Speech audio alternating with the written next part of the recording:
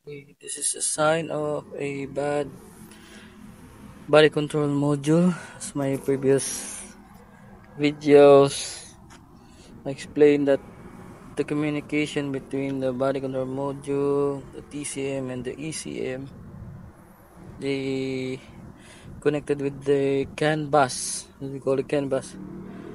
And now I will show you the example of a bad body control module. This is a Honda BRB. And now, as you can see, there is no malfunction indicator light. And as I operate this wiper, it's not working. Yeah. But as you can see, the rear wiper is off. Look at the side mirror. The rear wiper is off. But as I drove the uh as I drive at the transmission reverse mode, yes, yeah, look at that. Yeah. In neutral, it's not working. But when I drive in reverse, you can see reverse. Yeah, and yet it is off. But it is working when you,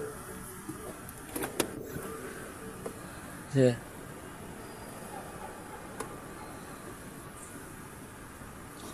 Again,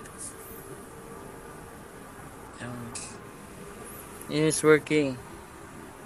Yeah. That is the number one sign of a bad um, body control module. And as I perform the mode 1, you can see, yeah, that's the code. B10 stands for body control module 77 code 18, and it says that B1077 is the wiper auto stop malfunction. So as I diagnose, it has an output. How can I say it has output? Because I perform mode 2 for the BCM. Look at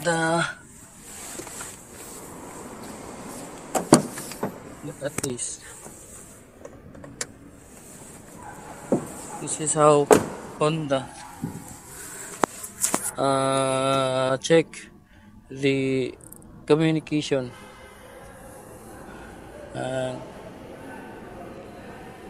Yes, I switch the wiper, the loom light will lights and off. See? Yeah. This is a confirmation that it has a,